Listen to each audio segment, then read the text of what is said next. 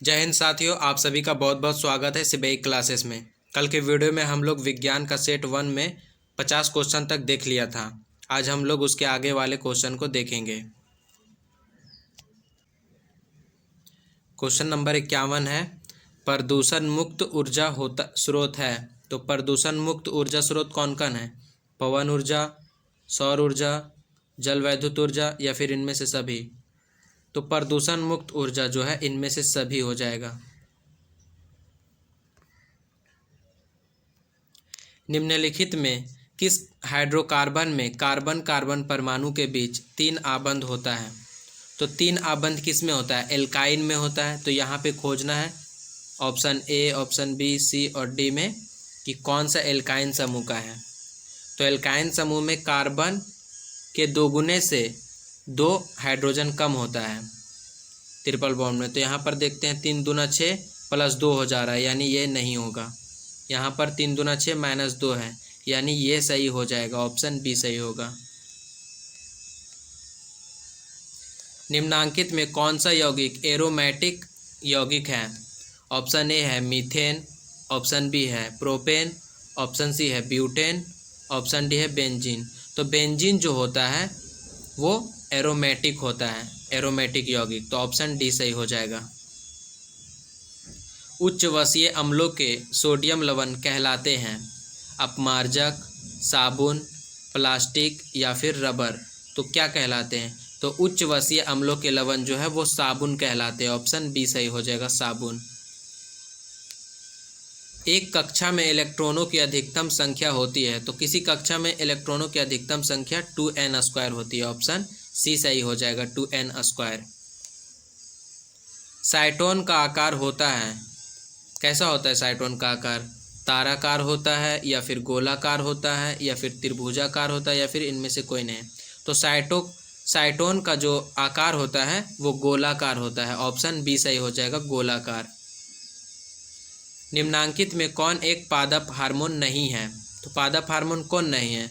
Oxytocin नहीं है या फिर एथिलीन नहीं है या फिर साइटोकाइनिन नहीं है या फिर ऑक्सिन नहीं है। तो 57 को आंसर हो जाएगा आपका option number A, oxytocin. Oxytocin जो है वो पादप हार्मोन नहीं है।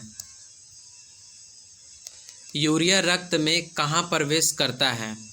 कहाँ मतलब यूरिया रक्त में कहाँ से प्रवेश करता है? श्वसन नलिका से या फिर यकृत से या फिर वृक्क से या फिर फेफड़ा से। तो यूरिया जो है हमारे रक्त में वृक्क से प्रवेश करता है, ऑप्शन सी सही हो जाएगा। निम्नलिखित में कौन किसी पारिस्थितिक तंत्र का एक जैव घटक हो सकता है? तापमान, कवक, वायु या फिर मृदा। कौन पारिस्थितिक तंत्र का एक जैव घटक हो सकता है? तो इसका सही आंसर हो जाएगा ऑप्शन नंबर बी, कवक। क्या हो जाएगा? ऑप्शन नंबर बी, कवक।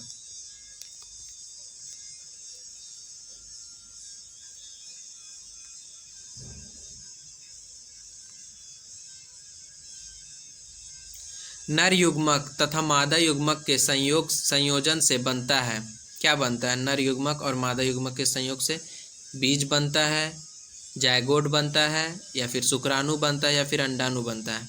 तो नर युग्मक और मादा युग्मक के संयोग से जायगोट बनता है, ऑप्शन बी सही हो जाएगा, जायगोट। पादप अपशिष्ट संचित रहते हैं, कहाँ संचित रहते हैं पादप अपशिष्ट? कोशिकीय रिक्तिकाओं में या फिर पत्तियों में या फिर छाल में या फिर इनमें से सभी में। तो इसका सही आंसर हो जाएगा ऑप्शन नंबर डी, इनमें से सभी में। क्वेश्चन नंबर 62 है, सामान्य अनुशीतलन रक्तदाब होता है। तो कितना होता है रक्तदाब? सामान्य अनुशीतलन 130 mm या फिर 120 mm या फिर 100 mm या फिर 80 mm। तो सामान्य अनुशीतलन जो रक्तदाब होता है वो 80 mm होता है, ऑप्शन डी सही हो जाएगा। मनुष्य, बिल्ली तथा चमगादड़ के अग्रपाद है, क्या है? असमजात अंग है या फिर समजात अंग है या फिर अवशोषी अंग है या फिर इनमें से कोई नहीं। तो मनुष्य, बिल्ली तथा चमगादड़ के जो अंग होते हैं अग्रपाद, समजात अंग होते हैं। पादप में फ्लोएम उत्तरदायी है जल संवहन के लिए, एमिनो अम्ल संवहन के लिए या फिर ऑक्सीजन संवहन के लिए, या फिर भोजन संवहन के लिए। तो फ्लोएम जो उत्तरदायी होता है वो भोजन संवहन के लिए हो जाएगा, ऑप्शन डी। एक वयस्क मनुष्य के कितने दांत होते हैं? कितने दांत होते हैं? 28 दांत होते हैं, या फिर 36 दांत होते हैं, या फिर 32 दांत होते हैं, या फिर 34 दांत होते हैं। तो एक वयस्क मनुष्य में कितने दांत होते हैं? ऑप्शन सी सही हो जाएगा, 32 दांत होते हैं। एंड्रोजन क्या है? एंड्रोजन क्या है? नर लिंग हार्मोन है, या फिर मादा लिंग हार्मोन है, या फिर पाचक रस है, या फिर इनमें से सभी। तो एंड्रोजन जो है वो नर लिंग हार्मोन है, ऑप्शन ए सही हो जाएगा, नर लिंग हार्मोन।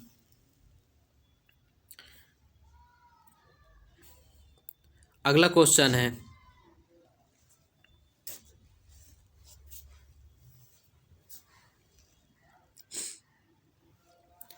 अगला क्वेश्चन है, न्यूरॉन का वह हिस्सा जहां जानकारी हासिल की जाती है तंत्रिका, तंत्रिकाक्ष सिरा कहलाता है, या फिर तंत्रिकाक्ष कहलाता है, या फिर डेंड्राइट कहलाता है, या फिर कोशिका पिंड कहलाता है।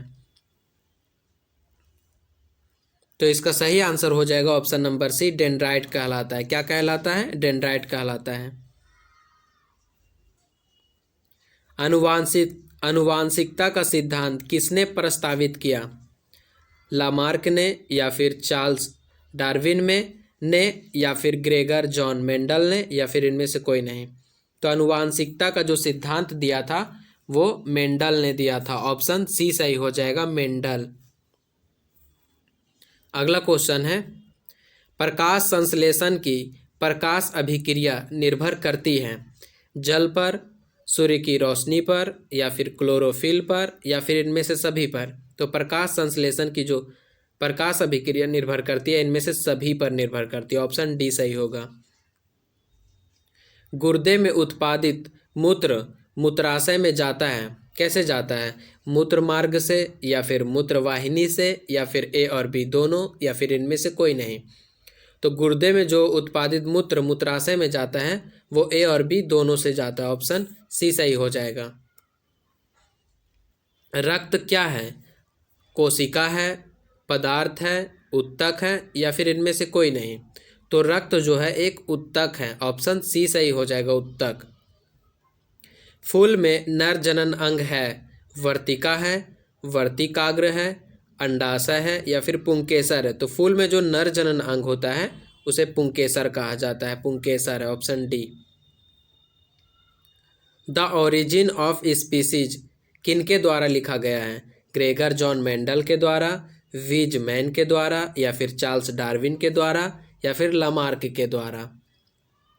तो इसका सही आंसर हो जाएगा ऑप्शन सी, चार्ल्स डार्विन के द्वारा लिखा गया है the origin of species, option C. मानव आहार नाल का सबसे लंबा भाग है ग्रसनली, या फिर बड़ी आंत, या फिर छोटी आंत, या फिर अमाशय। तो मानव आहार नाल का जो सबसे बड़ा लंबा भाग है, सबसे लंबा भाग, वो छोटी आंत होता है, ऑप्शन सी सही हो जाएगा। निम्न में से कौन मादा जनन तंत्र का भाग नहीं है? गर्भाशय नहीं है, शुक्रवाहिका नहीं है, या फिर डिंब वाहिनी नहीं है, या फिर अंडाशय नहीं है। तो मादा जनन तंत्र का भाग जो नहीं है वो शुक्रवाहिका हो जाएगा, शुक्रवाहिका मादा जनन तंत्र का भाग नहीं है। किस जीव में हीमोग्लोबिन नहीं होता है? मक्खी में, पक्षी में, मनुष्य में, या फिर इनमें से कोई नहीं। तो मक्खी जो होता है उसमें हीमोग्लोबिन नहीं होता है, ऑप्शन ए सही हो जाएगा। मनुष्य में श्वेत रक्त कोशिकाओं की जीवन अवधि कितनी होती है? 2 से 3 महीना, या फिर 20 से 30 दिन, या फिर 4 महीना से अधिक, या फिर 20 से, या फिर 12 से 20 दिन। तो 77 का ऑप्शन नंबर डी सही हो जाएगा, 12 से 20 दिन। श्वेत रक्त कोशिकाओं की जीवन अवधि कितनी होती है? 12 से 20 दिन होती है। प्रसिद्ध पुस्तक द माइक्रोग्राफिया किनके द्वारा लिखी गई है? ऑप्शन ए है रॉबर्टसन, ऑप्शन बी है डार्विन, सी है रॉबर्ट हुक, और डी है ब्राउन। तो प्रसिद्ध पुस्तक द माइक्रोग्राफिया किनके द्वारा लिखा गया है? इसका सही आंसर हो जाएगा ऑप्शन सी, रॉबर्ट हुक के द्वारा लिखा गया है। पौधों और पशुओं की कोशिकाओं का वैज्ञानिक अध्ययन क्या कहलाता है? कोशिका विज्ञान कहलाता है, उत्तक विज्ञान कहलाता है, या फिर आनुवांशिकी कहलाता है, या फिर साइटोजेनेटिक्स कहलाता है। तो पौधों और पशुओं की कोशिकाओं का वैज्ञानिक अध्ययन क्या कहलाता है? इसका सही आंसर हो जाएगा कोशिका विज्ञान कहलाता है, ऑप्शन ए।